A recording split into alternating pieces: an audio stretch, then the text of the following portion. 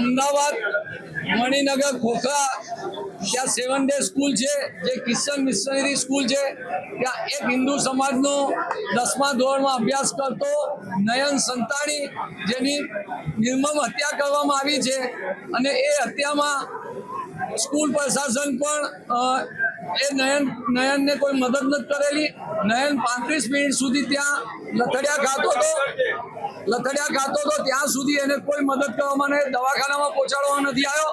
અને સ્કૂલ પ્રશાસન સામે પણ આ હત્યાનો ગુનો દાખલ કરી એમની સામે પણ કાર્યવાહી કરવામાં આવે અને આ સ્કૂલને પણ પ્રતિબંધ મૂકી ને સ્કૂલ બંધ કરવામાં આવે.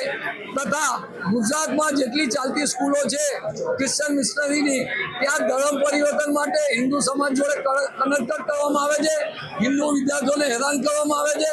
એની પણ સરકારે તપાસ કરવી જોઈએ અને આવી સ્કૂલો પર પ્રતિબંધ મૂકવો જોઈએ.